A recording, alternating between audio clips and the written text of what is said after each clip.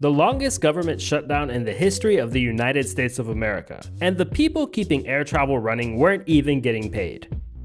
The U.S. government shutdown has now become the longest in history. Today marks the 36th day of the federal shutdown. That officially makes it the longest in history. Officially the longest government shutdown ever. We have reached day 37 of the government shutdown, the longest shutdown in the U.S. history. If you've been watching my channel for a while, you probably already know I'm on the move a lot, and it just so happened that I'd be taking flights through a bunch of different airports within the U.S. during the shutdown. Honestly, what I saw on the ground was just so different from what you might gather from the media that I knew I needed to make a video for you about it. So in this video, we'll be looking at what's really happening at US airports during the shutdown through my own on-the-ground experience and what it means for travelers. To narrow it down a bit, we'll focus on my experience at 4 different airports: Dallas-Fort Worth Airport, Minneapolis Airport, Tampa Airport, and Washington, D.C.'s National Airport.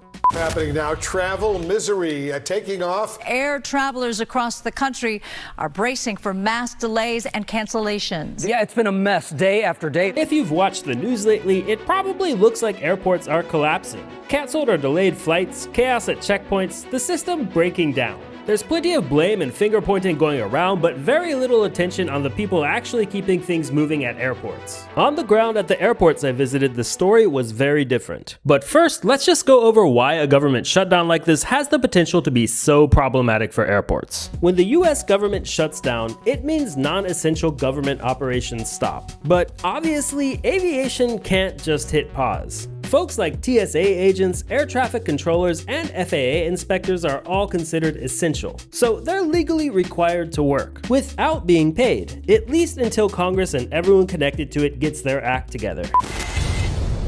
And breaking tonight, the clock says just after midnight, the shutdown has begun. As the shutdown began on October 1st, I had been on a trip flying all the way around the world from my home in Europe and back to Europe, in a big eastward circle.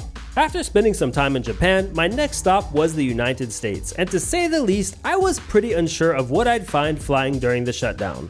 But after a long flight from Tokyo to Dallas-Fort Worth Airport, which we'll take a deeper look at in a future video, here's what it actually looked like during the shutdown.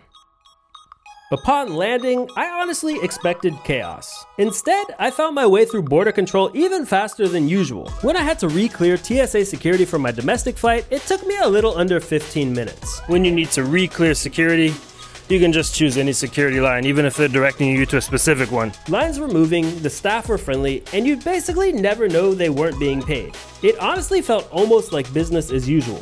There didn't seem to be any air traffic control related delays, and after a few hours in the American Airlines flagship lounge, my flight took off and arrived to my destination basically on time.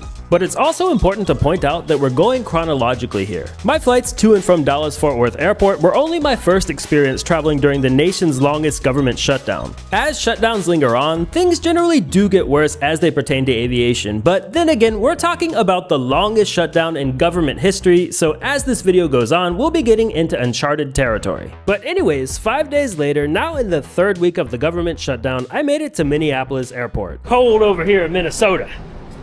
When I got to the TSA line, the energy was honestly pretty calm.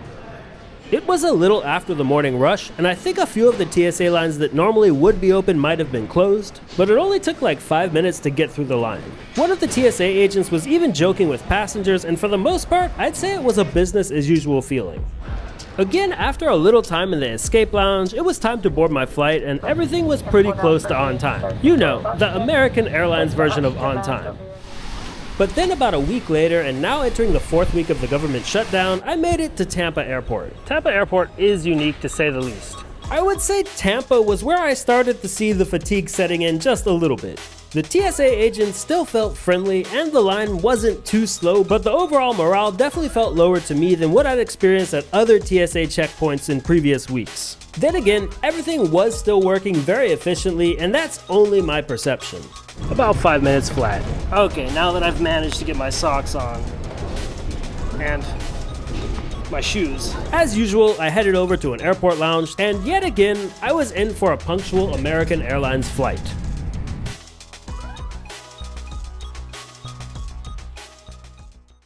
finally, during the 5th week of the government shutdown, I was headed to DC's National Airport. That's the airport located right across the Potomac River from the Capitol, where this whole political mess was happening. I mean, I'd say we voted for it, but it might be more accurate to say billionaires funded it. Still, even right next to Washington, D.C., though you'd think it would be far worse here, the staff were incredible. Perhaps even better than usual based on my many past experiences at this airport. They were professional, patient, efficient, and even cracking jokes about Florida man wrestling with an alligator. And that's what the media isn't doing a great job of showing.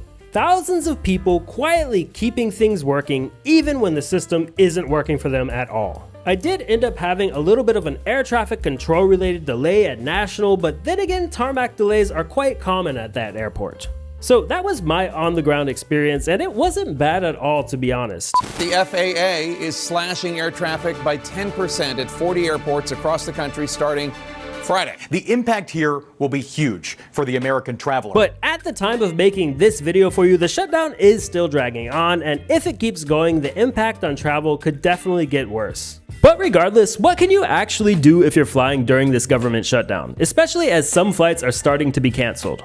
First off, consider arriving to the airport earlier than usual. Airport staffing can change from day to day, and sometimes TSA wait times can spike fast. You can also monitor security line wait times on airport websites, so if you see a super long wait time, just plan accordingly. Second off, make sure you have your airline's app downloaded and stay on the lookout for notifications about your flight. If your flight ends up being delayed or canceled, it's useful to know as soon as possible. I also monitor my flights using the Flight Radar 24 website or app, and sometimes directly on the airport's website. Basically, the earlier you know there's a delay or cancellation, the faster you can plan for it or rebook. Major airlines have also already started to proactively allow increased flexibility through free changes without having to pay fare differences and more. So I'd say just make sure you know what's available to you if you have a flight ticket. And third, make sure to pack some patience. The people working right now, TSA officers, air traffic controllers, and really anyone working at the airport are under real pressure. Not getting a paycheck as planned can be a huge problem. I mean, the majority of Americans are currently living paycheck to paycheck, and in general, a little kindness genuinely helps, both at the airport and beyond. And finally, you might place more value on booking non-stop flights over flights with layovers. It just lessens your chances of encountering a shutdown-induced delay or cancellation. Obviously, you could just cancel travel too, but we're not gonna let a bunch of billionaire-backed politicians stop us, are we? By the way, if you happen to be looking for resources on getting the absolute best flight deals, I have dozens of videos for you live right now. And these days, there are a bunch of great tools out there to help you find the best deals faster. Two that I've been using lately are Daily Drop Pro and Thrifty Traveler, and you'll find links to both of them down in the description of this video. But if nothing else, traveling extensively during the country's longest government shutdown showed me one thing. The US is full of incredible people that do show up even when their government is asleep at the wheel. And just to be clear about one thing, this is not a political video. That's not what this channel is about. It's about the people at the airports behind the system, what happens when the system lets them down, and what it means to be a traveler amongst all that. So thank you so much to the government workers doing the work. You all are inspiration for the US and the world we all want to live in. One where travel is for everybody. I mean, seeing government workers still show up without pay reminded me that so much about the US depends on ordinary people doing extraordinary things. And that got me thinking back to two videos I made for you while visiting the US last year. One covers what I like about the country, and the other covers what I dislike about it. Of course, the primary purpose of this video was to show you what it's like during the shutdown on the ground and how to navigate things. But if you're looking for a little more insight into my take on the US, you might enjoy watching those next. Thanks so much for watching this video. Make sure to share it with other travelers, and a special shout out to all you government workers out there. Thank you.